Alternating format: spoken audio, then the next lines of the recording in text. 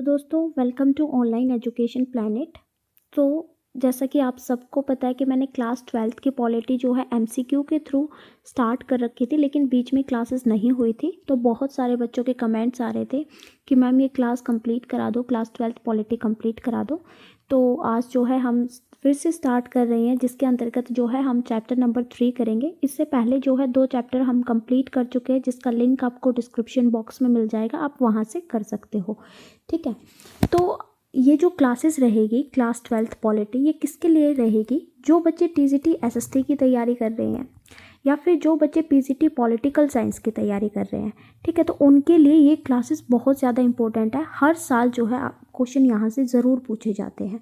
ठीक है, तो चैप्टर का नाम रहेगा contemporary centre of power. Contemporary का मतलब होता है यानी आज के समय में। आज के समय में जो है हम पावर्स के बारे में पढ़ेंगे कि कौन सी कंट्री जो है कितनी शक्तिशाली है। ठीक है, तो इसके बारे में पढ़ेंगे, कौन कौन सी कंट्रीज़ है उनके बारे में। ठीक है, तो आइए स्टार्ट करते हैं फर्स्ट क्वेश्चन के साथ। फर्स्ट क्वेश्चन है आपका, विच of the following statement is not correct. यहाँ पर हमें बताना है कि कौन सी स्टेटमेंट आपकी ठीक नहीं है। सबसे पहले दी गई है, the treaty of Paris 1951 establish the European coal and steel community. देखो, इसके अंतर्गत बोला है कि जो पेरिस संधि हुई थी 1991 के अंतर्गत, उसके द्वारा जो है European coal and steel community बना था, यानी यूरोपीय कोयला एवं इस्पात समुदाय बना। अब देखो, जिन बच्चों ने चैप्टर नहीं पढ़ा है तो उनके लिए तो बहुत टफ रहेगा कि ये ईयर याद करने और ये ट्रीटी क्यों हुई थी, कैसे हुई थी। तो थोड़ा सा हम जो है जान लेते हैं इसके बारे में, ताकि सभी को बहुत ईजी रहे। जो पहली बार वीडियो देख रहे हैं बिना चैप्टर पढ़े, उन्हें भी ये समझ आ जाए, सिर्फ यही मेरा मोटिव रहेगा। देखो क्या हुआ था, आप सबको पता है, जो हमारा सेकेंड वर्ल्ड वॉर हुआ था यानी 1939 से लेकर 1945 तक। ठीक है, तो इसके बाद जो है यूरोप की जो स्थिति थी वो बहुत ज़्यादा, यानी उसकी जो आर्थिक व्यवस्था थी बहुत ज़्यादा खराब हो चुकी थी। तो इसकी जो है आर्थिक स्थिति यानी इकोनॉमी को सुधारने के लिए सबसे पहले यूएसए ने जो है मार्शल प्लान भेजा। कौन सा प्लान भेजा? मार्शल प्लान भेजा। इसे हिंदी और इंग्लिश दोनों के अंतर्गत ही जो है एक ही नाम है, मार्शल प्लान, जो कि 1948 के अंतर्गत आया था। ठीक है, आगे जाके हम पढ़ेंगे। तो यूएसए का सिर्फ यही कारण था कि जो द्वितीय विश्व युद्ध के बाद जो यूरोप की स्थिति खराब हुई है, उसकी अर्थव्यवस्था को फिर से पुनः ठीक करना। ये किसके द्वारा किया गया? मार्शल प्लान उन्होंने भेजा था 1948 के अंतर्गत। और इसी के अंतर्गत OEEC की स्थापना की गई थी। ये हम आगे जाकर पढ़ेंगे। इसके बाद 1948 के बाद जो है पेरिस संधि आई थी, यानी 1991 के अंतर्गत। इसके द्वारा जो है इसकी स्थापना की गई थी European coal and steel community की। और इसकी स्थापना का मुख्य उद्देश्य यही था, देखो आप सबको पता है जो कोयला और इस्पात है यानी कोल और स्टील है, इसी से जो है हथियार बनते हैं और इसी से जो है फैक्ट्री चलती है। अगर जो है इन पर जो है नियंत्रण कर लिया जाएगा, ठीक है, यानी देश जो है एक दूसरे से साझा करेंगे, नियंत्रण कर लेंगे साथ में मिलकर, तो जो युद्ध की संभावना है वो कम हो जाएगी। ठीक है, इसीलिए इसकी जो है स्थापना की गई थी। और इसी को ही जो है यूरोपियन यूनियन एकीकरण की यानी इंटीग्रेशन की पहली नींव मानी जाती है। ठीक है, तो आपको याद रखना है, आपको पता होना चाहिए कि क्यों स्थापना की गई थी। ठीक है, तो हमने मार्शल प्लान के बारे में जाना, फिर आपकी जो है पेरिस संधि हुई।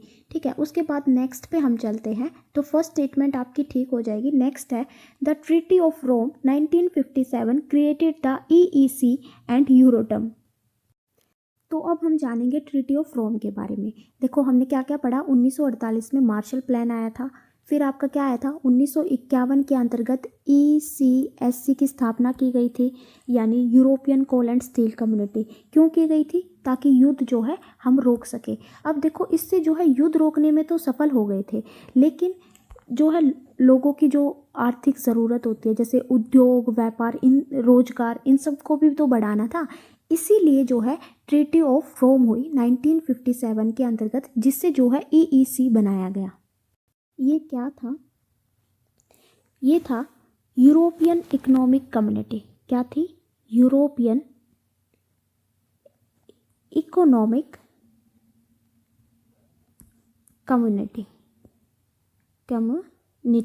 यानी यूरोपियन आर्थिक समुदाय। क्यों बनाया गया था? क्योंकि जो यूरोपीय देश थे उनकी अर्थव्यवस्था को आपस में जोड़ने के लिए, व्यापार बढ़ाने के लिए, उनके आर्थिक विकास के लिए जो है इसकी स्थापना की गई थी।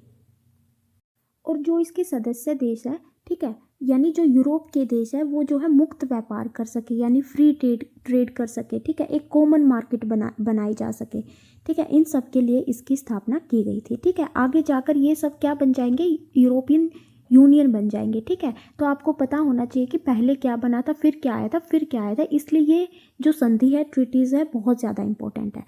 तो ईईसी तो हमने पढ़ लिया, फिर था हमारा यूरोटम। देखो ये क्या था, ये था आपका यूरोपियन एटॉमिक एनर्जी कम्युनिटी। क्या थी, एक second guys, European atomic energy community, Hindi में इसे बोलेंगे यूरोपीय परमाणु ऊर्जा समुदाय। ये क्यों बनाया गया था कि जो परमाणु ऊर्जा है उसका शांतिपूर्ण उपयोग के लिए। ठीक है, तो ये दोनों चीज़ें आप याद रखोगे। ठीक है, तो ट्रीटी ऑफ रोम भी आपकी ठीक हो जाएगी, जो कि 1957 के अंतर्गत हुई थी। नेक्स्ट स्टेटमेंट है, the euro was introduced in all EU members state in 2002, यानी यूरो 2002 में सभी EU देशों में लागू हुआ। देखो यूरो क्या है, यूरोपियन यूनियन की करेंसी है। ठीक है, ये स्टेटमेंट आपकी गलत हो जाएगी, क्योंकि यूरो जो है 2002 के अंतर्गत यूरोपियन यूनियन के कुछ सदस्यों ने जो है इसे मुद्रा के रूप में मतलब नहीं अपनाया था। ठीक है, तो ये स्टेटमेंट क्या हो जाएगी, आपकी गलत हो जाएगी, यही हमसे पूछा था, यानी ऑप्शन नंबर सी आपका आंसर हो जाएगा। नेक्स्ट है, द EU का मतलब है भाई यूरोपियन यूनियन। ठीक है, the European union receive the Nobel peace prize in 2012, ये बिल्कुल ठीक है, यूरोपियन यूनियन को 2012 में नोबेल शांति पुरस्कार मिला था। ठीक है, तो इसका आंसर हो जाएगा ऑप्शन नंबर सी। जैसे जैसे हम आगे आगे क्वेश्चन में बढ़ेंगे तो आपको जो है पूरा चैप्टर समझ आने लगेगा। ठीक है, क्योंकि कुछ बच्चों ने जो है चैप्टर नहीं पढ़ा होगा, उनके लिए थोड़ा सा टफ हो सकता है। नेक्स्ट क्वेश्चन है, arrange the following events in correct chronological order. तो यहाँ पर कुछ घटनाएं दी गई हैं, वो हमें जो है टाइम के अकॉर्डिंग लगानी है। सबसे पहले दिया गया है first direct election to European parliament, यानी यूरोपीय संसद के लिए पहली प्रत्यक्ष चुनाव, फिर ट्रीटी ऑफ पेरिस, फिर यूरो की शुरुआत, फिर ब्रेक्जिट जनमत संग्रह। हमें ये बताना है कि सबसे पहले क्या हुआ था, बाद में क्या हुआ था। तो इसके अंतर्गत दो ऑप्शन तो हम पढ़ चुके हैं। देखो ट्रीटी ऑफ पेरिस कब हुई थी, 1951 के अंतर्गत हुई थी, जिसके अंतर्गत जो है कोल एंड स्टील कम्युनिटी आपकी बनाई गई थी। यूरो का कब आई थी, 2002 के अंतर्गत आई थी, लेकिन जितने भी मेंबर थे उन्होंने मतलब सिर्फ कुछ ही मेंबर थे जो कि यूरोपियन यूनियन के थे, उन्होंने जो है एक्सेप्ट की थी। ठीक है, और जो ये आपके यूरोपियन पार्लियामेंट है यानी यूरोपीय संसद है, इसके पहली बार जो चुनाव हुए थे वो कब हुए थे, 1979 के अंतर्गत हुए थे, याद रखना इम्पोर्टेंट है। इसके अंतर्गत जो पार्लियामेंट के लोग थे, यानी डायरेक्ट इलेक्शन लिखा हुआ है, डायरेक्ट इलेक्शन का मतलब होता है सीधा जनता द्वारा वे जो है चुने गए थे। ठीक है, नेक्स्ट हमारा रह गया ब्रेक्जिट। तो ये तो अभी हुआ था 2016 के अंतर्गत। इसमें जो है ब्रिटेन ने जो है यूरोपियन यूनियन से जो है एग्जिट ले लिया था, इसलिए जो है इसे बोला जाता है ब्रेक्जिट। ठीक है, तो अब हम देखते हैं, सबसे पहला आपका क्या हो जाएगा, ट्रीटी ऑफ पेरिस होगा, फिर आपके यानी सेकंड, फिर आपका फर्स्ट रहेगा, सेकंड फर्स्ट। तो एक ही ऑप्शन में आपका आंसर है, यानी ऑप्शन नंबर ए जो है आपका ठीक हो जाएगा। नेक्स्ट क्वेश्चन है, which of the following statement about the integration after 1945 is not correct. यहाँ पर हमें बताना है कि जो यूरोपियन यूनियन का एकीकरण हुआ था 1945 के बाद, उसमें से कौन सी स्टेटमेंट आपकी ठीक नहीं है। देखो पहला क्या दिया गया है, the Marshall plan provided financial aid to revive European economy and led to the creation of the OEEC, यानी मार्शल योजना ने यूरोप की अर्थव्यवस्था को पुनर्जीवित करने के लिए वित्तीय सहायता दी और OEEC के गठन का कारण बनी। बिल्कुल ठीक है, मैंने बताया था मार्शल प्लान कब आया था, 1948 के अंतर्गत। किसके द्वारा भेजा गया था, USA के द्वारा, ताकि जो द्वितीय विश्व युद्ध है उसके बाद जो यूरोप की फाइनेंशियल कंडीशन है वो थोड़ी सी ठीक हो सके, यानी उसकी अर्थव्यवस्था को पुनर्जीवित कर सके। और OEEC की भी स्थापना की गई थी। ये क्या था, ये था आपका ऑर्गेनाइजेशन फॉर यूरोपियन, देखो मैं इंग्लिश में लिखूंगी और हिंदी में भी बताऊंगी, ठीक है, तो किसी भी बच्चे को जो है दिक्कत नहीं रहेगी, ठीक है। इकोनॉमिक कोऑपरेशन, इकोनॉमिक कोऑपरेशन, ठीक है, यानी यूरोपीय आर्थिक सहयोग संगठन। और इस संगठन का मेन उद्देश्य यही था कि जो भी अमेरिका सहायता दे रहा है मार्शल प्लान से, उसे सही तरीके से बांटना, ठीक है, जिससे इन देशों के बीच जो है आर्थिक सहयोग बढ़ सके, जो है उत्पादन है, उद्योग है, व्यापार है, वो फिर से शुरू कर सके, ठीक है, यानी यूरोप की अर्थव्यवस्था को ठीक करना था, ठीक है। तो फर्स्ट स्टेटमेंट आपकी क्या हो जाएगी, बिल्कुल ठीक हो जाएगी। नेक्स्ट है, The Council of Europe was established in 1949 to promote political cooperation among European states. तो ये स्टेटमेंट भी आपकी बिल्कुल ठीक हो जाएगी। मार्शल प्लान के बाद 1949 के बाद जो है काउंसिल ऑफ यूरोप की स्थापना की गई थी, जिसके अंतर्गत जो है राजनीतिक सहयोग को बढ़ावा देना था, यानी लोकतंत्र को, जो मानव के अधिकार है उनको बढ़ावा देने के लिए जो है इसकी स्थापना की गई थी। आपको याद रखना है, पूछा जाता है कि यूरोप की परिषद की स्थापना कब की गई थी, यानी काउंसिल ऑफ यूरोप की स्थापना कब की गई थी, 1949 के अंतर्गत। और इसका उद्देश्य क्या था, पॉलिटिकल कोऑपरेशन बनाना, यानी राजनीतिक सहयोग बढ़ाना देशों के बीच, ठीक है। तो सेकंड भी आपकी ठीक हो जाएगी। थर्ड है, the European union was establish immediately after the second world war in 1945, यानी यूरोपीय संघ की स्थापना द्वितीय विश्व युद्ध के तुरंत बाद 1945 में हुई। तो आपको पता है, तो ये आपकी जो है गलत हो जाएगी, क्योंकि सबसे पहले मार्शल प्लान आया था, फिर काउंसिल ऑफ यूरोप बनी थी, फिर आपकी ट्रीटी ऑफ पेरिस हुई थी जो हमने पढ़ा, फिर ट्रीटी ऑफ रोम हुई थी, उसके बाद कहीं जाकर जो है यूरोपियन यूनियन की स्थापना हुई थी। तो थर्ड स्टेटमेंट आपकी गलत हो जाएगी और यही आपका आंसर हो जाएगा, क्योंकि इसके अंतर्गत गलत पूछा था, ठीक है। अब नेक्स्ट स्टेटमेंट के ऊपर चलते हैं। नेक्स्ट क्या दी गई है, the creation of the European parliament added a political dimension to European economic integration, यानी यूरोपीय संसद की स्थापना से यूरोपीय आर्थिक एकीकरण में राजनीतिक आयाम जुड़ा। तो ये स्टेटमेंट भी आपकी बिल्कुल ठीक हो जाएगी। इसके अंतर्गत क्या बोल रहे हैं, देखो, यूरोपीय संसद की स्थापना, ठीक है, से यूरोपीय आर्थिक एकीकरण में राजनीतिक आयाम जोड़ा, यानी पहले जो है सिर्फ यूरोपीय की जो आर्थिक स्थिति है उसको सुधारने के लिए जो है ध्यान दिया गया था। जैसे ECS की स्थापना की गई थी, कोयला और स्टील की, फिर EEC बना था आपका व्यापार और बाजार के लिए, हमने पढ़ा था ट्रीटी ऑफ रोम से, ठीक है। उसके बाद जब आपके जो है यूरोपियन पार्लियामेंट बनी, यानी संसद बनी 1979 के बाद, उसके बाद जो है राजनीतिक आयाम वहाँ पर जुड़ने लगे, यानी ये जो है लोकतांत्रिक बन गया, यानी डेमोक्रेटिक बन गया। क्यों बना डेमोक्रेटिक, क्योंकि यहाँ पर जो है डायरेक्ट इलेक्शन किए गए थे, यानी लोगों द्वारा जो है इसके सदस्य चुने गए थे, ठीक है। तो दी स्टेटमेंट भी आपकी क्या हो जाएगी, ठीक हो जाएगी। नेक्स्ट क्वेश्चन है आपका, यहाँ पर जो है हमें मैच द फॉलोइंग करने हैं। देखो, अब आप जो है फोर्थ क्वेश्चन पे आ चुके हो, अब आपको थोड़ा धीरे धीरे समझ आने लगेगा जिन्होंने कभी भी चैप्टर नहीं पढ़ा है, ठीक है। तो इतनी गारंटी है, अगर आप ये क्लास देख लेते हो तो आपको बहुत, मतलब चांसेस बहुत कम रहेंगे कि आपका कोई क्वेश्चन रह जाए NCERT के अलावा, ठीक है। तो इसके अंतर्गत कॉलम A दिया गया है और यहाँ पर ईयर दिए गए हैं। सबसे पहले मार्शल प्लान, आप सबको पता है कब आया था, 1948 के अंतर्गत आया था, और ये क्या था, USA द्वारा जो है मदद की गई थी, ठीक है, यूरोप की, ठीक है। OEC ये क्या था, ये कब आया था, 1948 के अंतर्गत ही आया था, मार्शल प्लान के अंतर्गत इसकी स्थापना की गई थी। नेक्स्ट है काउंसिल ऑफ यूरोप, ये आपका बना था 1949 के अंतर्गत बनी थी काउंसिल ऑफ यूरोप, ये भी हमने पढ़ा है। और यूरोपियन यूनियन बना था आपका 1992 में जाकर, ठीक है। तो आइए मैच द फॉलोइंग कर देते हैं, बहुत ज़्यादा इंपॉर्टेंट है। मार्शल प्लान क्या था, फाइनेंशियल एड था USA द्वारा जो दिया गया था, फाइनेंशियल सहायता थी, यानी वित्तीय सहायता जो कि USA द्वारा दी गई थी, ठीक है। फिर OEC की स्थापना भी इसके अंतर्गत की गई थी 1948 के अंतर्गत। फिर काउंसिल ऑफ यूरोप आपका बना था 1949 के अंतर्गत। फिर यूरोपियन यूनियन बना था 1992 के अंतर्गत। तो धीरे धीरे जाकर जो है आपका लास्ट में 1992 के अंतर्गत क्या बनता है, यूरोपियन यूनियन, ठीक है। वो भी हम पढ़ेंगे बिल्कुल डिटेल के अंतर्गत।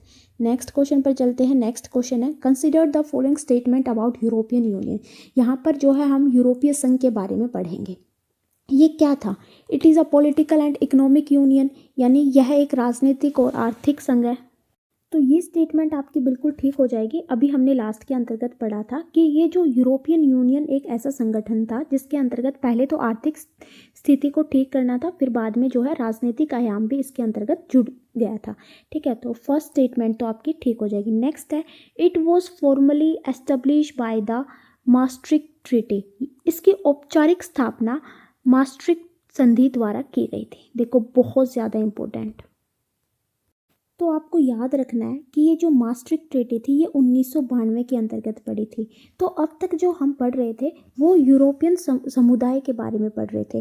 ठीक है, तो 1992 के अंतर्गत जो है इसे जो है यूरोपियन यूनियन बना दिया गया। ठीक है, इसे यूरोपियन यूनियन कहा गया। तो कौन सी संधि के द्वारा जो है यूरोपियन यूनियन बना था? ये बना था आपके maastricht ट्रीटी के द्वारा 1992 के अंतर्गत। इससे पहले सिर्फ जो है वो यूरोपियन कम्युनिटी बनती थी जो हमने अभी पढ़ी थी इतनी सारी। ठीक है, लेकिन फाइनली जो आपका यूरोपियन यूनियन था वो maastricht ट्रीटी द्वारा बनाया गया था 1992 के द्वारा। बहुत ज़्यादा इंपॉर्टेंट है, बहुत ज़्यादा। ठीक है, HTET के अंतर्गत पूछा गया है कि यूरोपियन यूनियन कौन सी संधि द्वारा बना था, कब बना था। ठीक है, तो आपको याद रखना है। तो बी ऑप्शन भी आपका क्या हो जाएगा? ठीक हो जाएगा। नेक्स्ट है, the treaty of Lisbon gave the European Union a single legal identity, यानी लिप्सन संधि ने यूरोपीय संघ को एकल कानूनी पहचान प्रदान की। तो ये स्टेटमेंट भी आपकी बिल्कुल ठीक हो जाएगी। ये जो आपकी ट्रीटी ऑफ लिप्सन है इसके अंतर्गत 2007 पर तो हस्ताक्षर किए गए थे और 2009 के अंतर्गत ये जो है लागू की गई थी। यानी पूरे संघ को एक एकल कानूनी पहचान इसके द्वारा की गई थी। यानी इसे क्या दिया गया था? ट्रीटी ऑफ लिप्सन के अंतर्गत सिंगल लीगल आइडेंटिटी दी गई थी। ठीक है, तो थर्ड स्टेटमेंट भी आपकी ठीक हो जाएगी। नेक्स्ट है, the euro was adopted by all 27 member.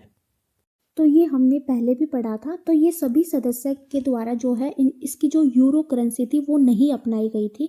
किस किस के द्वारा नहीं अपनाई गई थी? देखो, यूके के द्वारा नहीं अपनाई गई थी। ठीक है, जो कि अब इसका जो है सदस्य भी नहीं है, यानी ब्रिटेन द्वारा नहीं अपनाई गई थी। दो देश और थे आपको याद रखने, एक तो था स्वीडन, एक सेकेंड गाइज, एक क्या था? स्वीडन, और एक है डेनमार्क। इनके द्वारा नहीं अपनाया गया था। तो आपको याद रखना है, ये नाम भी इम्पोर्टेंट है। ठीक है, नेक्स्ट है, the Schengen agreement abolish internal border control among participation countries. देखो ये क्या था? ये एक शेंगेन एग्रीमेंट था। इसके अंतर्गत क्या था? ये एक इंटरनेशनल एग्रीमेंट था, यानी अंतर्राष्ट्रीय क्या था? समझौता था। इसके अंतर्गत क्या था? इसका मुख्य उद्देश्य यही था कि जो भी इसके सदस्य हैं उन देशों के बीच जो भी ये आंतरिक सीमाएं हैं यानी इंटरनल बॉर्डर है उनको हटा दो। इससे लोग और सामान जो है बिना रोक टोक के आसानी से जो है एक दूसरे के पास पहुंच सकते हैं या फिर यात्रा कर सकते हैं। ठीक है, और ये कब हुआ था एग्रीमेंट? ये 1985 के अंतर्गत हुआ था। बहुत ज़्यादा इंपॉर्टेंट है, आपको याद रखना है। तो इसके अंतर्गत हमसे गलत पूछा था तो हमारा आंसर हो जाएगा ऑप्शन नंबर डी जो है गलत है। नेक्स्ट क्वेश्चन के अंतर्गत यानी यहाँ पर जो है क्या हो जाएगा? कौन कौन से ठीक है? तो यहाँ पर हो जाएगा ए बी सी और ई ठीक है, ए बी सी ई, यानी ये यहाँ पर गलत है। ठीक है, नेक्स्ट क्वेश्चन है आपका, विच of the following statement about the European union flag is not correct. बहुत ज़्यादा इंपॉर्टेंट। ठीक है, तो अब हम जो है मोस्टली पढ़ चुके हैं यूरोपियन यूनियन के बारे में, अब उसके फ्लैग के बारे में पढ़ते हैं। फर्स्ट स्टेटमेंट दी गई है, the star are arranged in a circle, यानी जो यूरोपियन यूनियन फ्लैग है उसके जो स्टार है इस तरीके से जो है सर्कल के अंतर्गत अरेंज किए गए हैं। तो ये स्टेटमेंट आपकी क्या हो जाएगी? बिल्कुल ठीक हो जाएगी। जो यूरोपियन यूनियन है उसका जो झंडा है वो नीले रंग का है।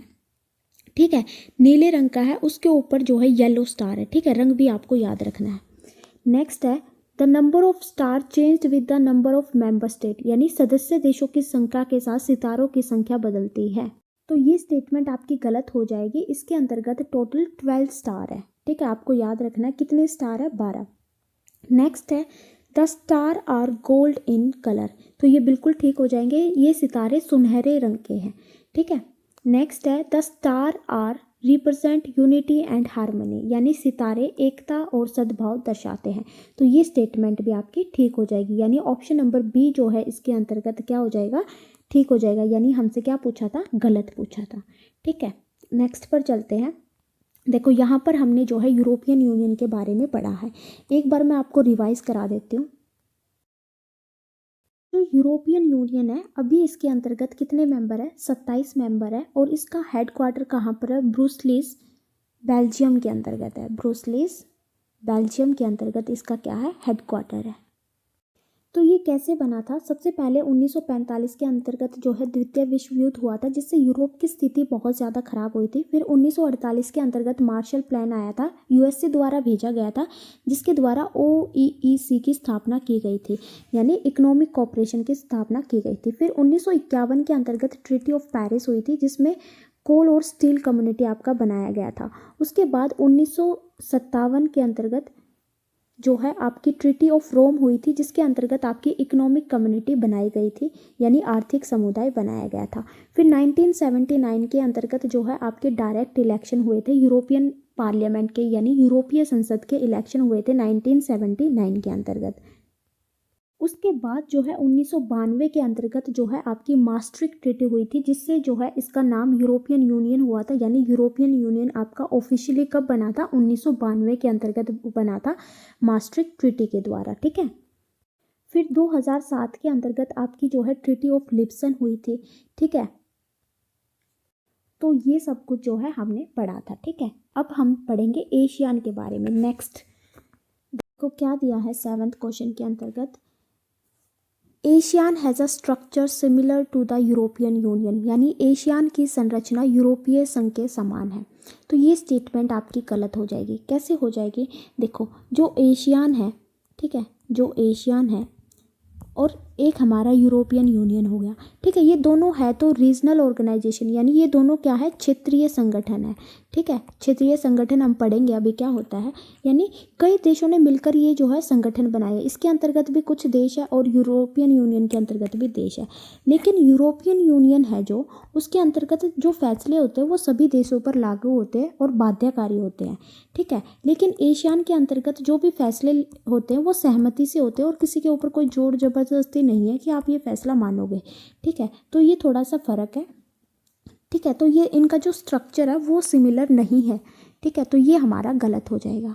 नेक्स्ट स्टेटमेंट आपकी, एशियान एस्टेब्लिश 3 पिलर इन 2003, यानी एशियान ने 2003 में 3 स्तंभ स्थापित किए थे। कौन कौन से, Asia security community, ASEAN economic community और एशियान सोशो कल्चर कम्युनिटी, यानी एशियान की सुरक्षा समुदाय, एशियान आर्थिक समुदाय और एशियान सामाजिक सांस्कृतिक समुदाय।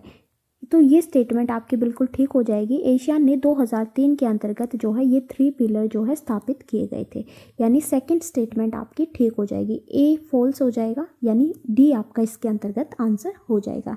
नेक्स्ट है, ASEAN was established in 1967 by Indonesia, Malaysia, Philippines, Singapore and Thailand, यानी एशियान की स्थापना 1967 में इंडोनेशिया, मलेशिया, फिलीपींस, सिंगापुर और थाईलैंड द्वारा की गई। तो ये स्टेटमेंट आपकी बिल्कुल ठीक हो जाएगी। अब हम समझेंगे कि भाई ये एशियान है क्या, ठीक है। यहाँ पर हम समझ लेते हैं एशियान के बारे में पहले थोड़ा सा, ठीक है। इसका है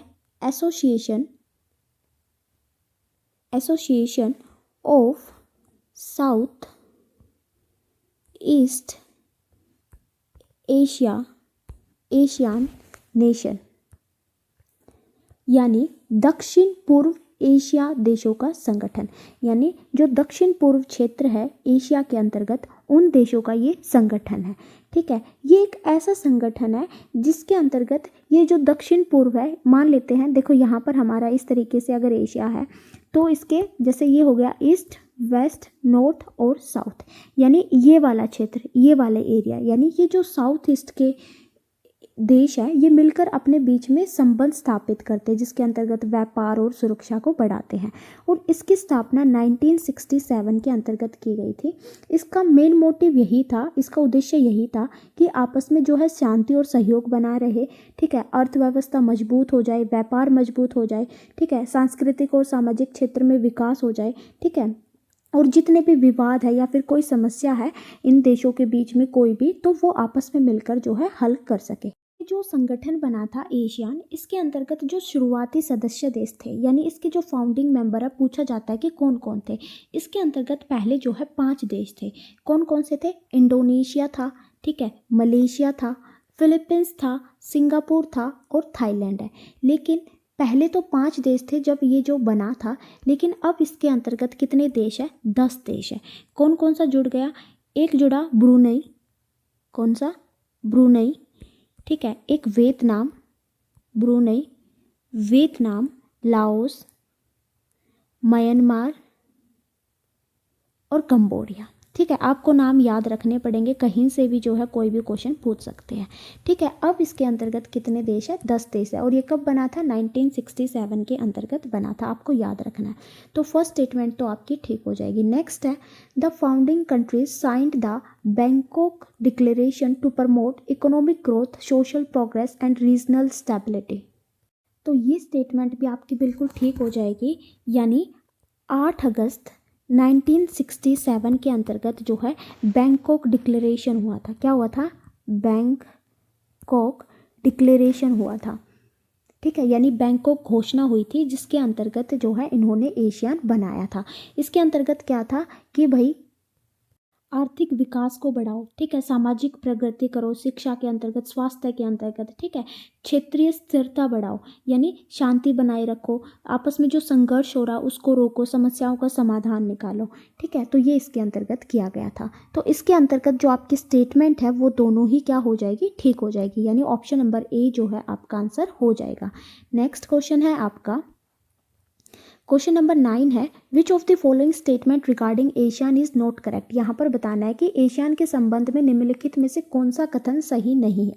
तो देखो क्या दिया गया है, ASEAN was established in 1967 in Bangkok by 5 member countries. ये हमने अभी पढ़ा था, 1967 में एशियान की स्थापना हुई थी, बैंकॉक के अंतर्गत 5 देशों द्वारा की गई थी।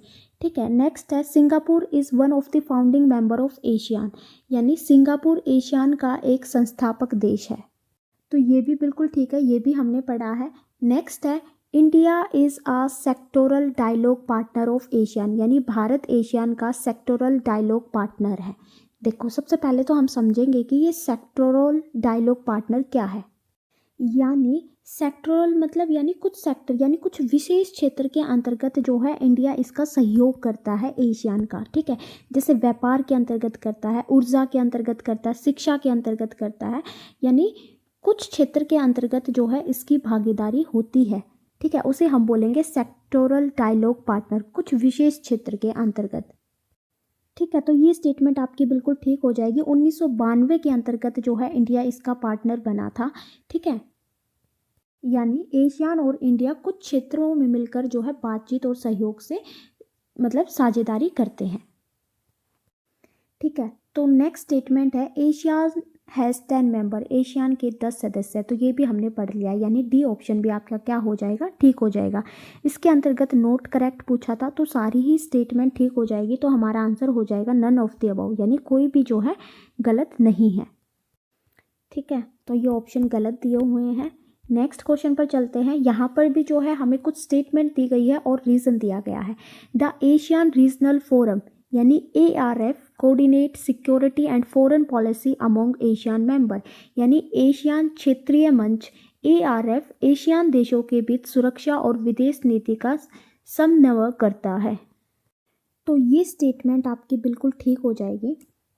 ठीक है, जो ये ARF है यानी एशियन रीजनल फोरम है, यानी एशियन क्षेत्रीय मंच है, इसकी जो स्थापना की गई थी वो 1994 के अंतर्गत की गई थी। इसका मुख्य उद्देश्य यही था कि इसका जो है क्षेत्रीय शांति और सुरक्षा।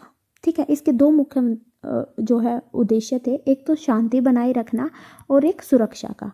ठीक है, और एक चीज़ आपको इसके बारे में याद रखना है कि ये जो ARF है यानी क्षेत्रीय मंच है, इसके अंतर्गत एशियन देशों के अलावा भी जो है देश शामिल है। ठीक है, जैसे भारत भी है इसके अंतर्गत, अमेरिका भी है, चीन भी है, जापान भी है, तो अन्य क्षेत्र भी इसके अंतर्गत जो है शामिल है, जिसके अंतर्गत जो है शांति और सुरक्षा पर चर्चा की जाती है। ठीक है, तो नेक्स्ट स्टेटमेंट पर चलते हैं।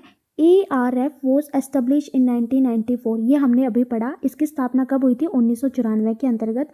और ये एक ऐसा प्लेटफॉर्म है for dialogue on regional security और फॉरेन पॉलिसी इशू, यानी क्षेत्रीय सुरक्षा और विदेश नीति पर संवाद के मंच के रूप में की गई। और ये स्टेटमेंट भी आपकी क्या हो जाएगी? ठीक हो जाएगी। ठीक है, इसके अंतर्गत जो है सुरक्षा की बात की जाती है, विदेश नीति की भी जो है बात की जाती है। ठीक है, तो यहाँ पर जो है दोनों ही स्टेटमेंट जो है आपकी ठीक हो जाएगी, यानी आपका आंसर रहेगा both A and R are true. ठीक है, नेक्स्ट क्वेश्चन पर चलते हैं। नेक्स्ट आपका ASEAN has created a free trade area FTA, यानी एशिया ने व्यापार, निवेश और श्रम गतिशीलता बढ़ाने के लिए मुक्त व्यापार क्षेत्र FTA बनाया। तो ये स्टेटमेंट भी आपकी बिल्कुल ठीक हो जाएगी। ये क्या है? एशियन फ्री ट्रेड एरिया यानी FTA। इसकी स्थापना जो है 1992 के अंतर्गत की गई थी। इसका मुख्य उद्देश्य यही था कि ट्रेड को बढ़ाना है, इन्वेस्टमेंट बढ़ाना है देशों के बीच में। ठीक है, तो ये स्टेटमेंट आपकी क्या हो जाएगी? ठीक हो जाएगी। नेक्स्ट है the US and the China have also negotiated FTA with ASEAN countries, यानी अमेरिका और चीन ने भी एशियान देशों के साथ FTA किया है। यानी इसके अंतर्गत पूछा है कि US चाइना भी जो है इस FTA के अंतर्गत शामिल है, तो ये गलत हो जाएगा। ठीक है, तो ये जो FTA है यानी फ्री ट्रेड एरिया, ये सिर्फ जो एशियान के देश है, ठीक है, जो इसके अंतर्गत शामिल है उन्हीं देशों के बीच का है। ठीक है, तो ये गलत हो जाएगा आपका। तो इसके अंतर्गत आपका आंसर रहेगा A ठीक है लेकिन R गलत है, यानी ऑप्शन नंबर C जो है आपका आंसर हो जाएगा। नेक्स्ट है which of the following statement is not correct. तो यहाँ पर जो है आगे चाइना के बारे में स्टार्ट हो रहा है। तो यूरोपियन यूनियन हमने पढ़ लिया, एशियन जो है हमने पढ़ लिया। ठीक है, एक बार मैं एशियन थोड़ा सा रिविज़न करा देती हूँ। एशियन जो है 8 अगस्त 1967 में जो बैंकॉक डिक्लेरेशन हुआ था, यानी जो बैंकॉक समझौता हुआ था उसके द्वारा बना था। ठीक है, और इसके जो फाउंडिंग मेंबर थे यानी 5 देशों थे जब ये बना था। ठीक है, देखो NCERT के अकॉर्डिंग तो जो है 10 देश है अभी एशियन के अंतर्गत फ़िलहाल, लेकिन मैं 2025 के अकॉर्डिंग बताती हूँ, अभी बुक्स अपडेट नहीं हुई है, तो अभी जो है 11 देश जो है इसके अंतर्गत शामिल है। जो 11वां देश बना है जो अभी 2025 में शामिल हुआ था वो क्या था? ईस्ट टिमोर। ठीक है, ये आपको याद रखना है अगर पूछे तो। ठीक है, ये मैंने करंट भी बता दिया आपको। ठीक है, और इसका जो हेड क्वार्टर है वो कहाँ पर है? जकार्ता, इंडोनेशिया के अंतर्गत जो है इसका हेड क्वार्टर है। ठीक है, ये आपको याद रखना है। अब हम अपने क्वेश्चन पर चलते हैं नेक्स्ट पर। हम करेंगे क्वेश्चन नंबर 12। देखो यहाँ से जो है अब हम देखेंगे कि चाइना कैसे एक पावरफुल कंट्री बनती है। ठीक है, यूरोपियन यूनियन हमने पढ़ लिया, एशियन हमने पढ़ लिया, अब हम पढ़ेंगे चाइना के बारे में। यहाँ पर हमें बताना है कि कौन सी स्टेटमेंट जो है ठीक नहीं है। सबसे पहली स्टेटमेंट दी गई है China adopted the Soviet model of economic development after 1949, यानी 1949 के बाद चीन ने आर्थिक विकास के लिए सोवियत मॉडल अपनाया था। सबसे पहले हम थोड़ा सा जान लेते हैं चाइना के बारे में। क्या हो रहा था? 1949 के अंतर्गत चाइना में जो है कम्युनिस्ट रिवॉल्यूशन हो रहा था। क्या हो रहा था? कम्युनिस्ट रिवॉल्यूशन यानी साम्यवादी क्रांति। क्या हो रही थी? साम्यवादी क्रांति। इस क्रांति के जो लीडर थे वो कौन थे? माओ जेदांग। कौन थे? माओ जेदांग। इस क्रांति का एक ही उद्देश्य था कि चाइना के अंतर्गत जो है सोवियत मॉडल लाया जाए। ठीक है, अब ये सोवियत मॉडल क्या था कि चाइना के अंतर्गत ऐसी व्यवस्था होनी चाहिए जिस पर जो है सरकार का सारा कंट्रोल हो, सारी चीज़ें जो है सरकार कंट्रोल करे, यानी जितनी भी फैक्ट्री है, ज़मीन है, बैंक है, सब सरकार के अधीन हो। वो ये सोवियत जो मॉडल था इसके अंतर्गत ये जो है प्राइवेट बिजनेस को बिल्कुल मतलब अनुमति नहीं थी कि आप कोई अपना निजी व्यापार करोगे। ठीक है, इनका मेन उद्देश्य था कि उद्योगीकरण को बढ़ाना है, यानी इंडस्ट्रियलाइजेशन को बढ़ाना, भारी भारी उद्योग जैसे लोहा हो गया, स्टील हो गया, मशीन हो गया, इन सब को बढ़ाना। ठीक है, कैपिटलिज्म का अंत करना, यानी ये बिल्कुल क्या थे? पूंजीवादियों के बिल्कुल खिलाफ थे। ठीक है, ये चाहते थे कि समाज में बराबरी आए, कि ऐसे समाज हो कि जिसके अंतर्गत अमीर गरीब का मतलब ये जो भेदभाव था, ये जो असमानता थी, वो बिल्कुल ख़त्म हो जाए। जो भी चीज़ें हैं सब कुछ किसके नियंत्रण में रहे, सरकार के नियंत्रण में रहे। तो ये जो सोवियत स्टाइल अपनाई थी इकोनॉमी इन्होंने, चाइना ने 1949 के अंतर्गत, तो इसके मेन उद्देश्य क्या थे कि इंडस्ट्रियलाइजेशन पर इन्होंने बहुत ज़्यादा फोकस किया। ठीक है, यानी उद्योगीकरण को बहुत ज़्यादा बढ़ावा दिया, जैसे लोहे के, स्टील के, मशीन, इन सब को बढ़ाया। ठीक है, और इन्होंने जो है खेती का सामूहिकरण कर दिया। अब खेती का सामूहिकरण का मतलब क्या था कि मान लो ये एक खेत है, मतलब इस पर किसका कब्जा रहेगा, सरकार का कब्जा रहेगा।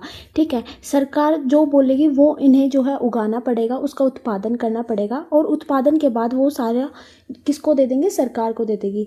फिर सरकार जो है बराबर में जो है सबको जितना है, मतलब जितना भी हिस्सा आया उसका सबका बराबर हिस्सा बांट देगी। ठीक है, ये क्या था, खेती का सामूहिकरण था। फिर तीसरा उन्होंने क्या किया कि राजनीतिक और आर्थिक अलगाव की नीति अपनाई। कौन सी अपनाई, राजनीतिक और आर्थिक अलगाव की नीति अपनाई। इसके अंतर्गत क्या किया इन्होंने कि जो अंतर्राष्ट्रीय व्यापार था उसको, मतलब राजनीतिक और आर्थिक अलगाव, जैसे नाम से ही है, मतलब किसी से राजनीतिक तौर पर, आर्थिक तौर पर जो है अपने जो संबंध है वो दूर कर लेना, हटा लेना, उसको बंद कर लेना। यानी इन्होंने जो अंतर्राष्ट्रीय व्यापार था उसको जो है सीमित कर दिया, यानी पश्चिमी देशों के साथ इन्होंने इनके जो संबंध थे वो क्या कर दिए, बंद कर दिए गए। जो विदेशी निवेश था, जो सहयोग था, वो बिल्कुल क्या कर दिया, ज़ीरो कर दिया, कि भाई अब हम जो है सिर्फ अपना खुद का ऊपर मतलब विकास करेंगे, ताकि जो विदेशी प्रभाव था चाइना के ऊपर वो कम हो जाए।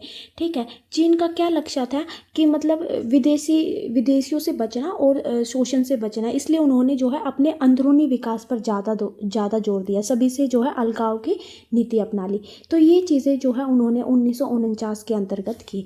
तो जब इन्होंने ये सोवियत मॉडल अपनाया 1949 के अंतर्गत, ये जो मॉडल अपनाया था इसके रिजल्ट क्या रहे, ये सब कुछ करने के बाद, तो इन सब के बाद जो है जो उद्योग था उसका तो जो है ठीक ठाक से इनका जो है विकास हो गया।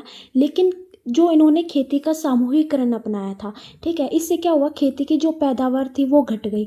ठीक है, खाने की बहुत ज़्यादा कमी यहाँ पर हो गई, तो इनकी अर्थव्यवस्था क्या हो गई, बहुत ज़्यादा खराब होने लगी।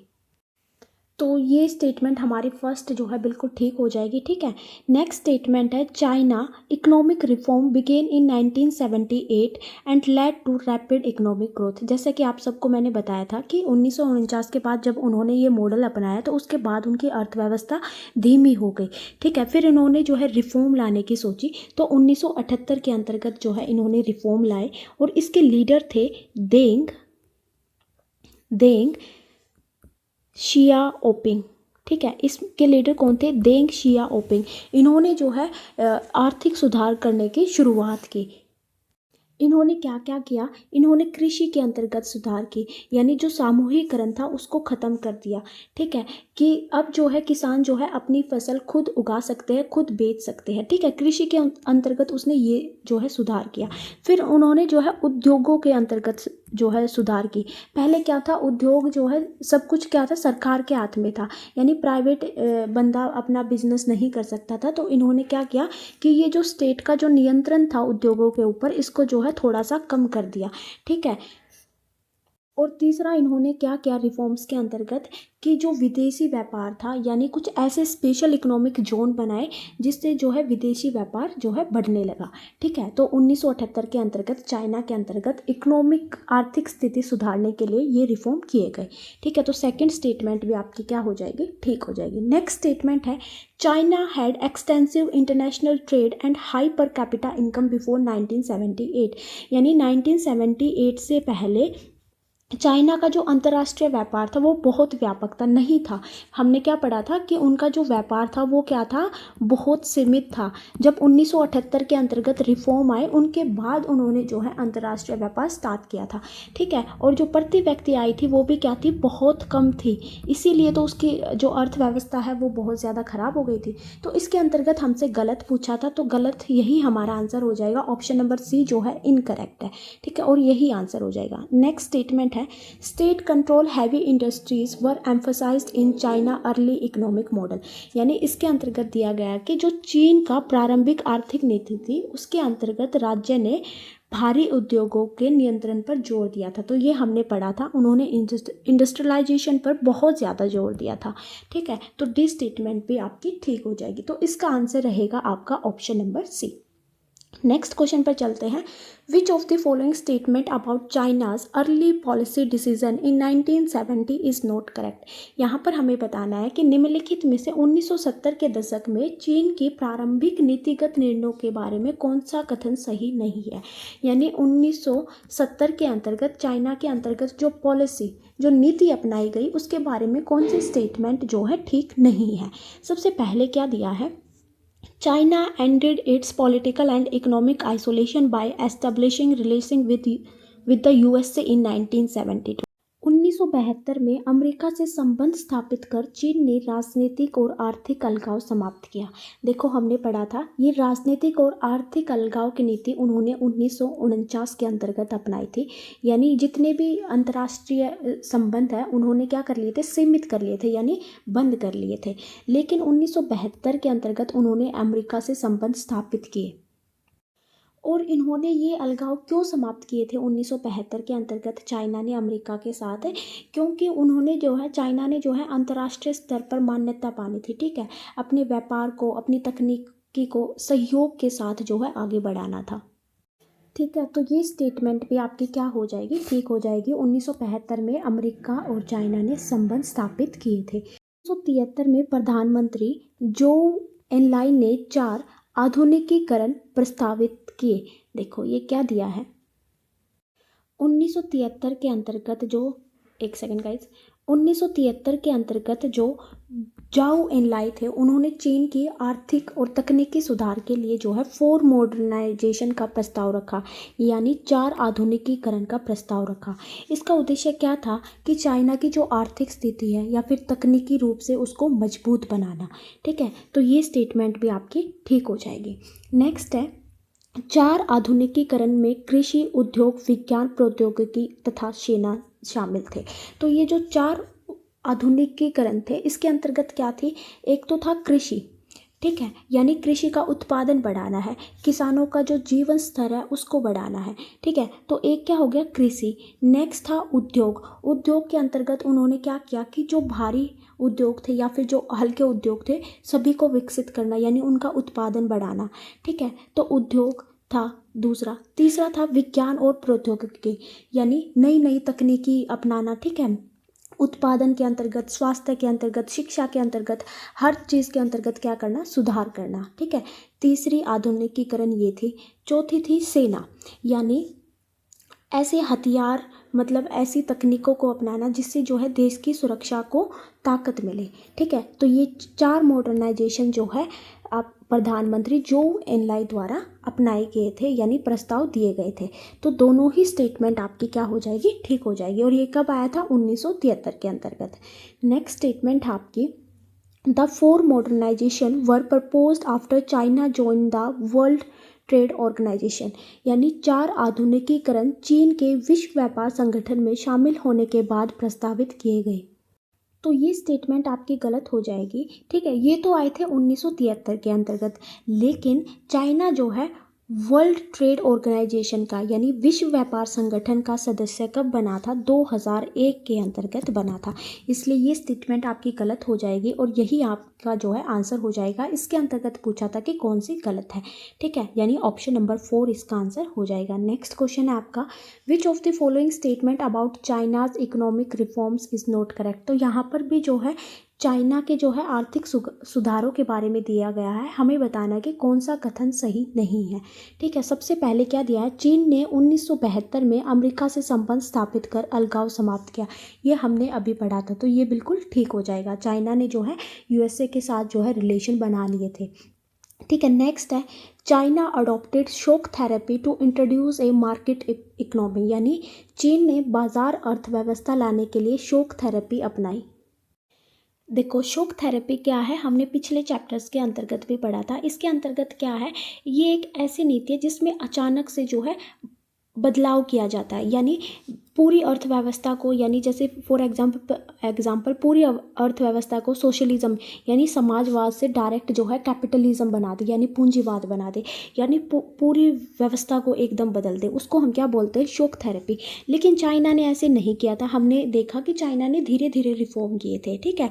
1978 के बाद उन्होंने धीरे धीरे जो है रिफॉर्म करने स्टार्ट किए, जैसे खेती के अंतर्गत किया, निजी उद्योगों के अंतर्गत किया, ठीक है। तो शॉक थेरेपी जो है इन्होंने इंट्रोड्यूस नहीं की थी। तो ये स्टेटमेंट आपकी गलत हो जाएगी और यही आपका आंसर हो जाएगा, इसके अंतर्गत जो है गलत पूछा था, ठीक है। नेक्स्ट है 1982 में कृषि का निजीकरण किया गया।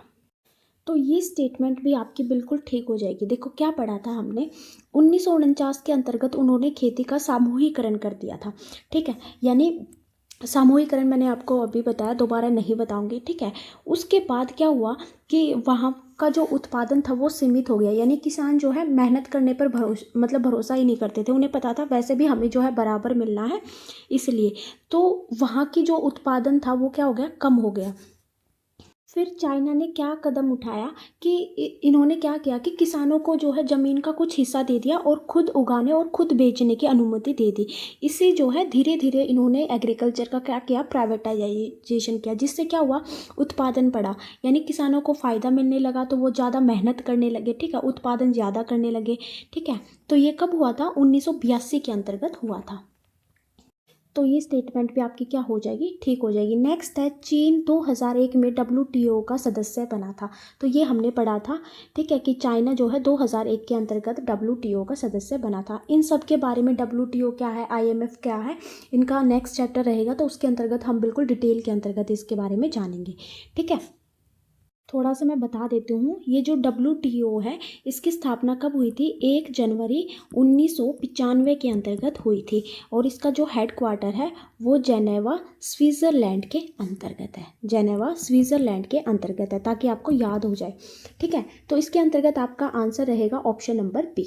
नेक्स्ट क्वेश्चन पर चलते हैं, कंसीडर द फॉलोइंग स्टेटमेंट। तो यहाँ पर भी हमें कुछ स्टेटमेंट दी गई है, हमें बताना है कि कौन सी ठीक है। पहली है, Deng Xiaoping announce the open door policy in 1978। Deng Xiaoping ने 1978 में ओपन डोर नीति की घोषणा की। तो ये स्टेटमेंट बिल्कुल ठीक है, मैंने पढ़ाया था 1978 के अंतर्गत जो है रिफॉर्म यानी सुधार लाए गए थे। इससे क्या हुआ था, विदेशी निवेश को बढ़ावा मिला था, तकनीकी के अंतर्गत जो है बढ़ावा मिला था, अंतर्राष्ट्रीय व्यापार उन्होंने बढ़ा दिया था, यानी चीन की जो बंद अर्थव्यवस्था थी वो जो है खोल दी गई थी। इसी को क्या बोला जाता है, ओपन डोर पॉलिसी, ठीक है। तो ये स्टेटमेंट आपकी बिल्कुल ठीक है। नेक्स्ट पर चलते हैं, economic reforms aim to increase productivity through foreign capital and technology, यानी आर्थिक सुधारों का उद्देश्य है विदेश पूंजी और तकनीकी से उत्पादकता बढ़ाना था। तो ये स्टेटमेंट भी बिल्कुल ठीक है। जो 1978 के अंतर्गत ये जो रिफॉर्म किए गए, सुधार किए गए, इसका मुख्य उद्देश्य यही था कि उत्पादकता बढ़े, यानी एग्रीकल्चर के अंतर्गत, इंडस्ट्रीज़ के अंतर्गत जो है उत्पादन बढ़े, ठीक है, विदेश पूंजी और तकनीकी का इस्तेमाल किया जाए, किसानों की उत्पादन क्षमता बढ़े, ठीक है, जिससे जो है इसकी अर्थव्यवस्था जो है ठीक हो, ठीक है।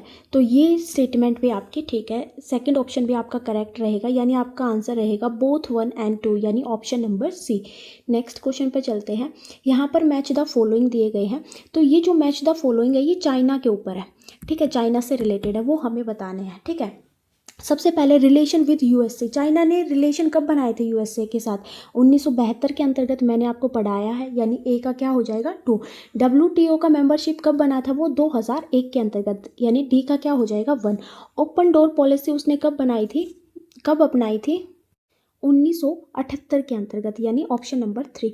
नेक्स्ट है प्राइवेटाइजेशन ऑफ एग्रीकल्चर, उसने कब किया था, 1982 के अंतर्गत। ये तो ये चारों ही पॉइंट मैंने आपको समझाए हैं, तो यहाँ पर बता दिया है मैंने। नेक्स्ट क्वेश्चन पर चलते हैं। नेक्स्ट क्वेश्चन क्या दिया गया है, निम्नलिखित कथनों पर विचार कीजिए। अब यहाँ पर भी कुछ स्टेटमेंट दी गई है, देखो क्या दी है statement, China took over Tibet in 1950, यानी चीन ने 1950 में तिब्बत पर कब्जा किया।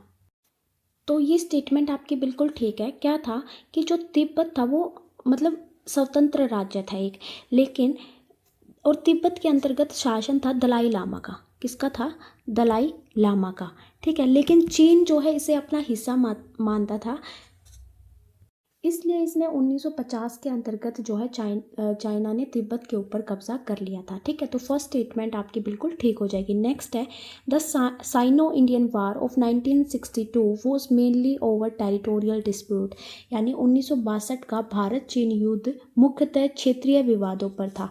यानी जो भारत और चीन का युद्ध हुआ था 1962, उसका रीज़न क्या था? तो ये बिल्कुल ठीक दिया हुआ है कि क्षेत्रीय विवाद था।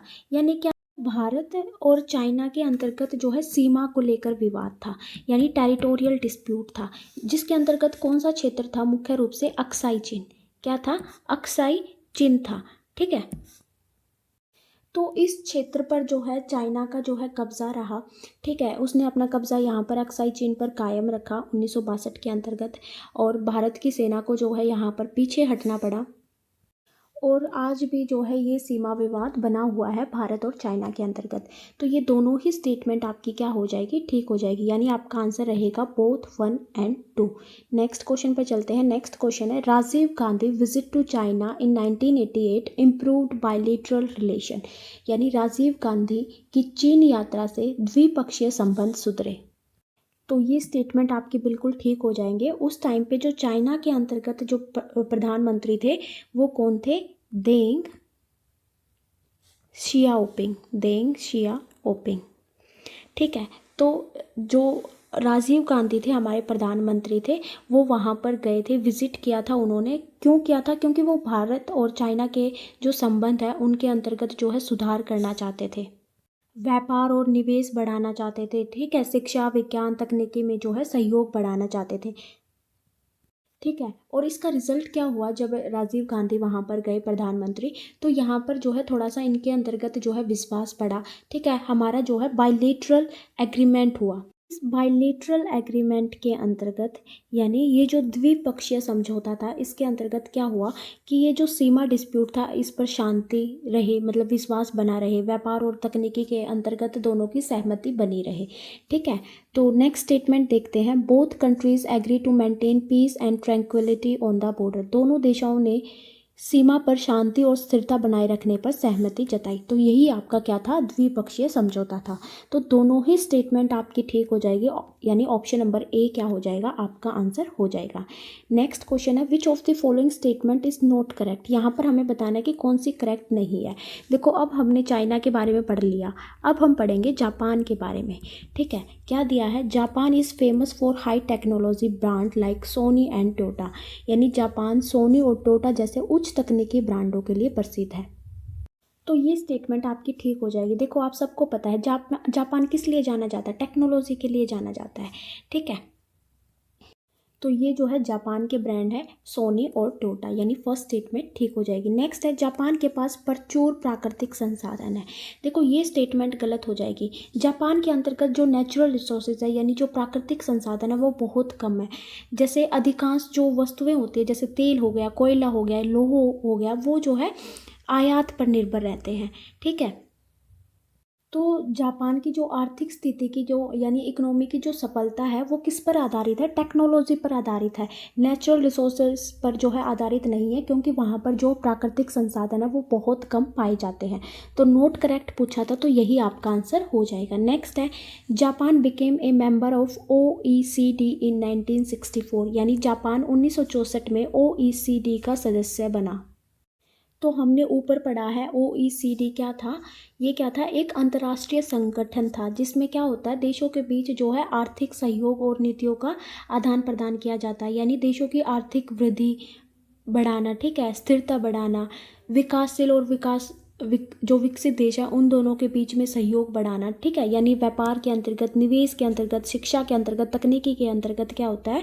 मदद करना। ठीक है, तो इसका मेंबर जो OECD है, यानी जापान इसका मेंबर कब बना था? 1964 के अंतर्गत बना था। तो थर्ड स्टेटमेंट भी आपकी क्या हो जाएगी? ठीक हो जाएगी। नेक्स्ट है Japan progress rapidly after the second world war, यानी जापान ने द्वितीय विश्व युद्ध के बाद तीव्र रूप से प्रगति की। तो आपकी जो है फोर्थ स्टेटमेंट भी क्या हो जाएगी? बिल्कुल ठीक हो जाएगी। तो जो सेकेंड वर्ल्ड वॉर हुआ उसके बाद जो है जापान की ने जो है आर्थिक स्थिति के अंतर्गत सुधार किए, ठीक है, टेक्नोलॉजी के अंतर्गत जो है निवेश किया, ठीक है, उद्योगीकरण स्टार्ट किया, इंडस्ट्रियलाइजेशन स्टार्ट किया, ठीक है। यानी 1950 से लेकर 1980 तक जापान की जो अर्थव्यवस्था थी, यानी दुनिया में सबसे तेज़ी से बढ़ी थी जापान की अर्थव्यवस्था, इकोनॉमी, ठीक है। तो इसके अंतर्गत जो हमारा आंसर रहेगा वो ऑप्शन नंबर बी रहेगा, ठीक है। नेक्स्ट क्वेश्चन पर चलते हैं। यहाँ पर भी जो हमें दिया गया है वो जापान के बारे में जो है मैच द फॉलोइंग दिए गए हैं। सबसे पहले OECD का मेंबर कब बना था, वो 1964 के अंतर्गत बना था। फिर था सिक्योरिटी अलायंस विद USA। ये जो अलायंस हुआ था जापान और USA का, ये 1951 के अंतर्गत हुआ था। ये क्या था, एक तो ये सैन्य समझौता था और एक रक्षा का था, ठीक है। यानी इसके तहत जो अमेरिका है वो जापान की रक्षा करेगा और जापान अमेरिका के साथ सैन्य सहयोग करेगा, ठीक है, यानी आर्मी का सहयोग करेगा, ठीक है। तो ये कब हुआ था, 1951 के अंतर्गत हुआ था। यानी इसका क्या हो जाएगा, बी का 1, ए का 2। नेक्स्ट है आर्टिकल 9, यानी जापान के आर्टिकल 9 के अंतर्गत क्या था। देखो, जापान ने जो है सेकेंड वर्ल्ड वॉर के बाद जो है युद्ध छोड़ दिया था, ठीक है। केवल वो जो है मतलब सेना नहीं रख सकता था, यानी केवल वो जो अपनी रक्षा के लिए जो है सेना रख सकता है। तो आर्टिकल 9 आपको याद रखना है, जापान का NCRT के अंतर्गत दिया गया है। इसके अंतर्गत क्या था कि जापान जो है युद्ध नहीं करेगा, यानी सी का क्या हो जाएगा, 3। नेक्स्ट है UN बजट कंट्रीब्यूशन, यानी संयुक्त राष्ट्र के अंतर्गत जापान जो है तीसरा सबसे बड़ा जो है कंट्रीब्यूशन देश है, ठीक है। नियरली जो है 10% ये जो है इसके अंतर्गत जो है निवेश करता है, ठीक है। तो हमारा क्या हो जाएगा, डी का 4th, यानी एक ऑप्शन के अंतर्गत है, यानी ऑप्शन नंबर ए जो है आपका ठीक हो जाएगा। नेक्स्ट क्वेश्चन पर चलते हैं। नेक्स्ट है consider the following statement with regards to flag of international organisation. तो ये जितने भी हमने इंटरनेशनल ऑर्गेनाइजेशन पढ़ी है उनके फ्लैग्स के बारे में पढ़ते हैं। देखो, यूरोपीय संघ के झंडे में सफ़ेद पृष्ठभूमि पर सुनहरे सितारों का एक वृत्त है, यानी जो यूरोपियन यूनियन है उसके circle of gold star on A white background, white पर नहीं है, किस पर है, ब्लू बैकग्राउंड पर जो है आपके इस तरीके से गोल्ड के इस तरीके से 12 क्या है, स्टार है। तो आपको फ्लैग के बारे में भी पता होना चाहिए, ठीक है। तो इसके अंतर्गत जो है हमारी फर्स्ट स्टेटमेंट तो गलत हो जाएगी। नेक्स्ट है the flag of the UN carries 2 pair of olive tree branches. तो ये भी जो है बिल्कुल ठीक हो जाएगी। जो UN का झंडा है वो हल्के नीले रंग का है, ठीक है, लाइट ब्लू कलर का है, जिसमें जो है जैतून की, ठीक है, उसकी 2 शाखाएं बनाई गई है जो शांति और वैश्विक सहयोग का प्रतीक है, ठीक है। तो UN का झंडा भी आपको याद रखना चाहिए। कौन सी ट्री की ब्रांचेस है इसके अंतर्गत, ऑलिव की, ठीक है। सेकंड स्टेटमेंट आपकी ठीक है। नेक्स्ट है the Asian flag carries blue, red, white and yellow colour. तो ये स्टेटमेंट भी आपकी बिल्कुल ठीक हो जाएगी। जो एशियन का झंडा है उसमें नीला, लाल, सफ़ेद और पीला रंग है, ठीक है। आपको क्या करना है, क्लास ख़त्म होने के बाद जो है एशियन, यूरोपियन यूनियन, UN इनके झंडे देख लेने एक बार, ठीक है, ताकि कहीं से भी आपका क्वेश्चन ना रहे। देखने पर चीज़ें ज़्यादा याद होती है, ठीक है। जब तक मतलब अगर आप इसे रटोगे तो याद नहीं होगा, लेकिन अगर आप देख लोगे ना पिक्चर तो आपको याद हो जाएगा।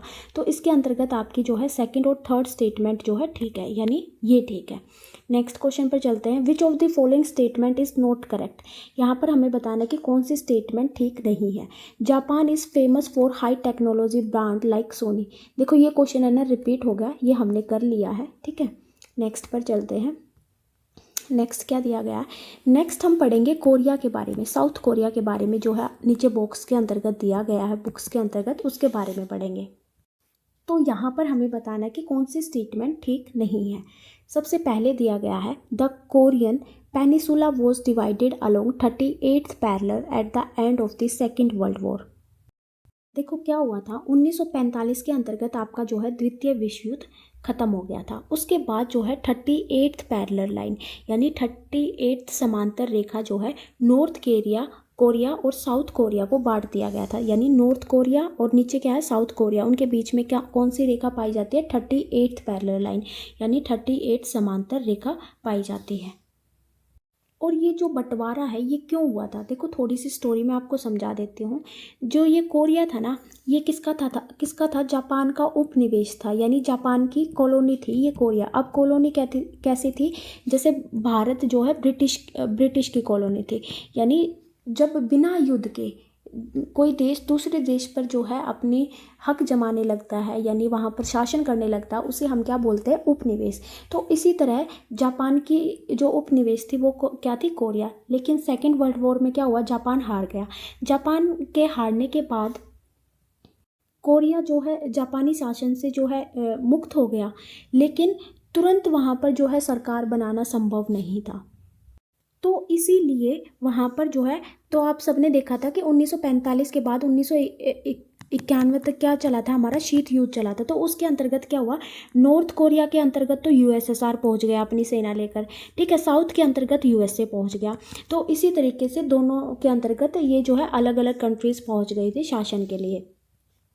तो इसीलिए नॉर्थ कोरिया को साउथ कोरिया के अंतर्गत ये रेखा से जो है बांट दिया गया था, ठीक है। तो फर्स्ट स्टेटमेंट क्या हो जाएगी आपकी, बिल्कुल ठीक हो जाएगी। नेक्स्ट है, south Korea and north Korea both become UN member on 17 सितंबर 1991, यानी दक्षिण कोरिया और उत्तर कोरिया दोनों 17 सितंबर 1991 को संयुक्त राष्ट्र के सदस्य बने थे।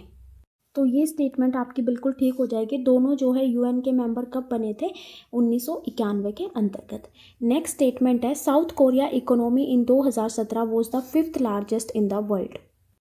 तो ये स्टेटमेंट आपकी गलत हो जाएगी। जो 2017 के अंतर्गत दक्षिण कोरिया जो है अर्थव्यवस्था में जो है 5वें स्थान पर नहीं था, ठीक है। तो यहाँ पर जो है हमें नोट करेक्ट ही पूछा था, ठीक है, हाँ जी। तो आपका आंसर हो जाएगा ऑप्शन नंबर सी, ठीक है। नेक्स्ट ऑप्शन पर चलते हैं।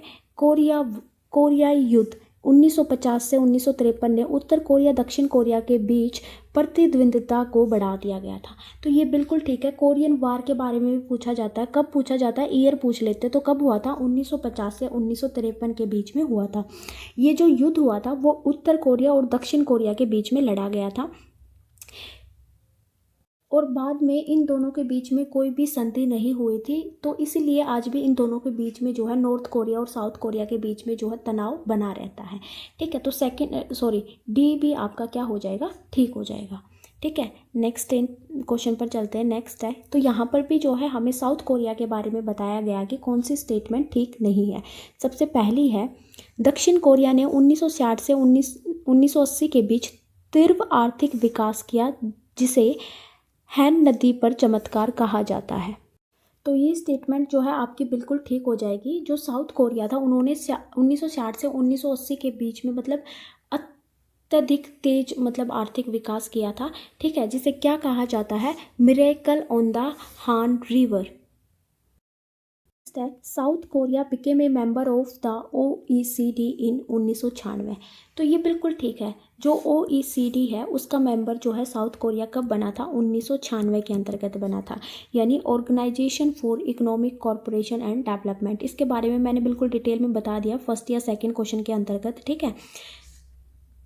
तो साउथ कोरिया इसका मेंबर कब बना था, 1996 में, यानी बी स्टेटमेंट भी आपकी ठीक है। देखो, जो नॉर्थ कोरिया है उसने ज्वाइन किया था OECD को साउथ कोरिया के साथ 1996 में। तो ये स्टेटमेंट आपकी जो है गलत हो जाएगी। जो नॉर्थ कोरिया है आपको याद रखना है वो OECD का मेंबर नहीं है, यानी इसका सदस्य नहीं है। जो हमारा जो नॉर्थ कोरिया है उसकी जो अर्थव्यवस्था है वो कैसी है, क्लोज्ड इकोनॉमी, ठीक है। वहाँ पर कैसा है शासन था, कम्युनिस्ट शासन था, ठीक है। यानी इसके अंतर्गत जो गलत पूछा था ऑप्शन नंबर सी जो है आपका आंसर हो जाएगा। नेक्स्ट है, export orientation and strong public infrastructure contributed to south Korea growth, यानी निर्यात उन्मुख नीतियाँ और मजबूत सार्वजनिक अवसर संरचना ने दक्षिण कोरिया की प्रगति में योगदान दिया। यानी इसके अंतर्गत क्या बोला गया है कि जो साउथ कोरिया था ना उसने क्या अपनाया, उसने अपनाया एक्सपोर्ट ओरिएंटेड मॉडल। क्या अपनाया, एक्सपोर्ट ओरिएंटेड ग्रोथ मॉडल, यानी निर्यात उन्मुख नीति अपनाई, जिसके अंतर्गत उसने जो है एक्सपोर्ट बढ़ाने पर जो है जोर दिया, यानी निर्यात पर फोकस किया, ठीक है। तो ये स्टेटमेंट भी आपकी क्या हो जाएगी, ठीक हो जाएगी। इसके अंतर्गत जो आपका आंसर रहेगा वो ऑप्शन नंबर सी रहेगा। ठीक है, तो यहाँ पर जो है आपका चैप्टर कंप्लीट होता है। हमने सब कुछ बहुत डिटेल में किया है। अगर आपको वीडियो पसंद आई तो please like share and comments. Thank you so much guys.